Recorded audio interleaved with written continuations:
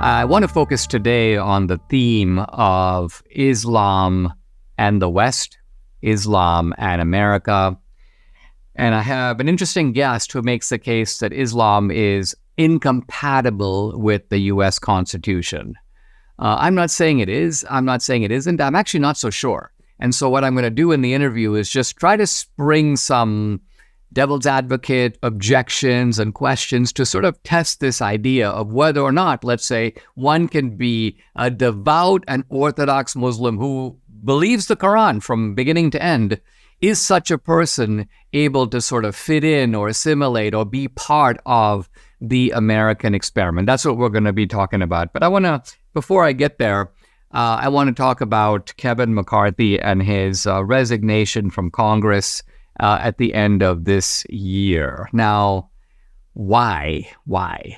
I realize that Kevin McCarthy is upset. I realize that he feels displaced and sort of booted out, because he was booted out. He was booted out by the fact that he had agreed to a set of rules which allowed a relatively small number of conservatives in the House to pull their support, and McCarthy could no longer get a majority. So he needed to sort of hold the whole Republican camp together, or he needed to get Democrats to defect over to his side and vote to keep him as Speaker. The Democrats decided, we're not going to be helping him. You Republicans sort this one out.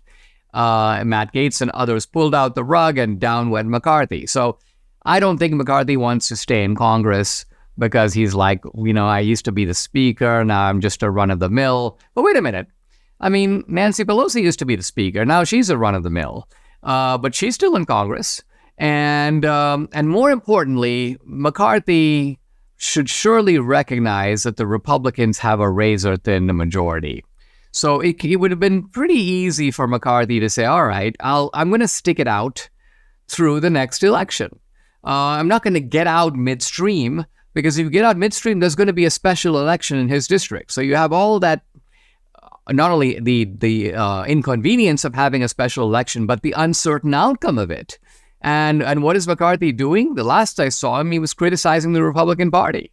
In fact, he was saying the Democrats, after all, look like America, but the Republican Party looks like some restrictive country club. Now, why would you say that? First of all, you've been the leader for quite a long time, and you had every effort to try to diversify the Republican Party in a good way, not through affirmative action or some sort of quotas, but through trying to maybe attract younger people from different backgrounds. I do think we need to be, I don't disagree with the idea that a multiracial Republican Party is a good thing, and more effective politically, more likely to be able to win power in this country. So I think my question for McCarthy is, why don't you put your party first? Why don't you put your country first? Why don't you recognize that, first of all, the GOP gets together and boots George Santos. Down goes your majority. Now we have McCarthy. So I think this brings the Republican majority after December down to 2 or maybe even 1. So how do you expect to impeach Joe Biden? Even if the facts all point, as I think they will, unequivocally to Biden, even if you find, checks written by the Chinese government to Biden, the truth of it is to proceed with impeachment. Let's leave aside whether impeachment could even succeed, because it can't succeed in the Senate. You can't get the supermajority of votes you need. But you can have impeachment in the House, and then Joe Biden will be impeached, and there will be a trial. All of that would be politically very valuable for Republicans. But I predict it's not going to happen. It's not going to happen regardless of the evidence. Why? Because the Republicans, who already had a thin majority, have narrowed it so much by their own actions. By the actions of the majority of Republicans who vote to boot George Santos.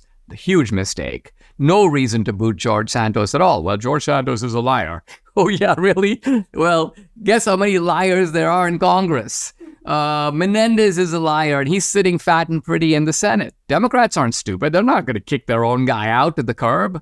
So they've taken him off a committee, sure, but he's still in the Senate. He's still voting with the Democrats. So these are self-inflicted wounds. One inflicted, I would say, by the majority of the GOP on itself, and now one inflicted on the GOP and the country by its former House leader and House Speaker Kevin McCarthy.